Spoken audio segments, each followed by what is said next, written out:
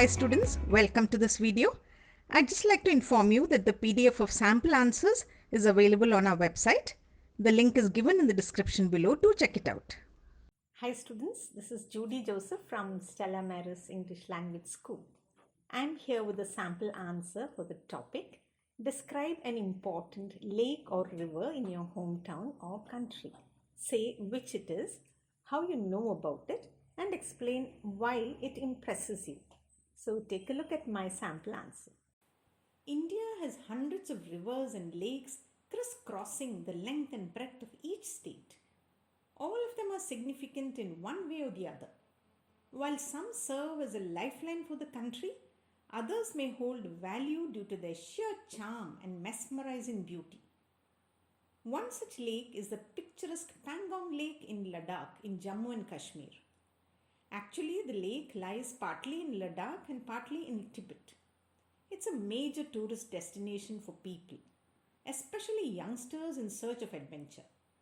I came to know about this enchanting place from my cousin who had gone on a bike trip to Ladakh some years back.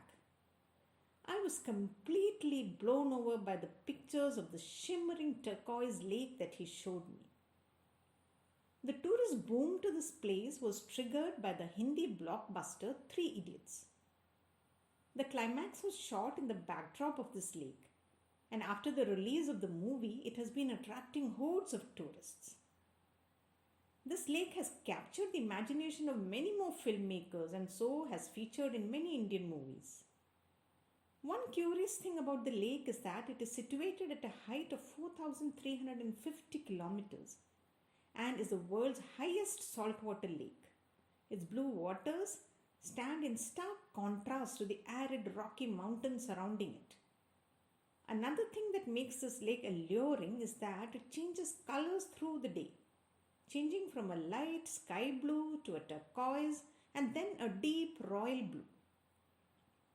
There are a variety of camps on the banks of the lake offering budget to luxurious accommodation.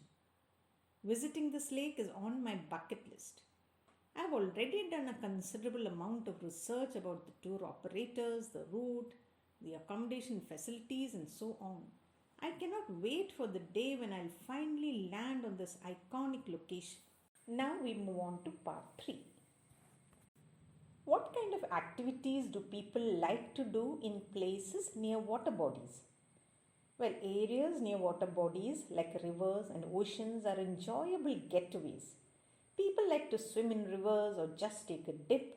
Sometimes just sitting by the riverside and watching the river flow is a pleasant experience.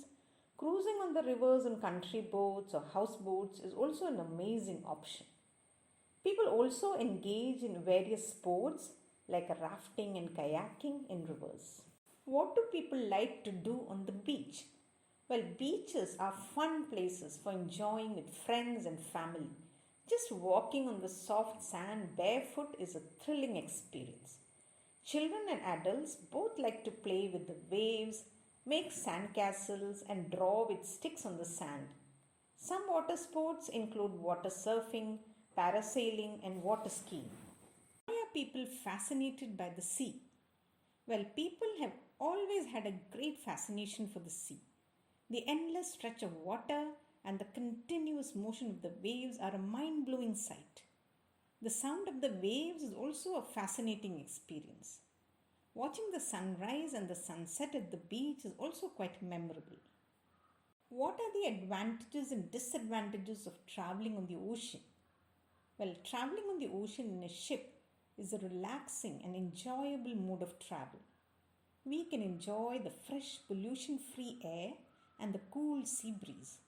It's a real vacation from the outside world as there are no noises or hustle and bustle of cities and vehicles.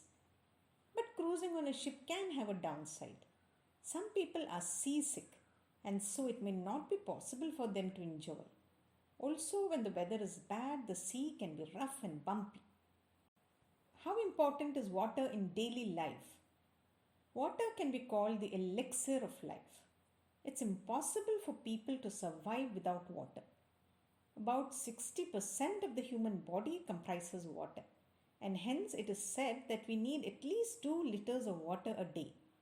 Not getting enough fluids can result in dehydration, which can be life threatening, especially for the elderly.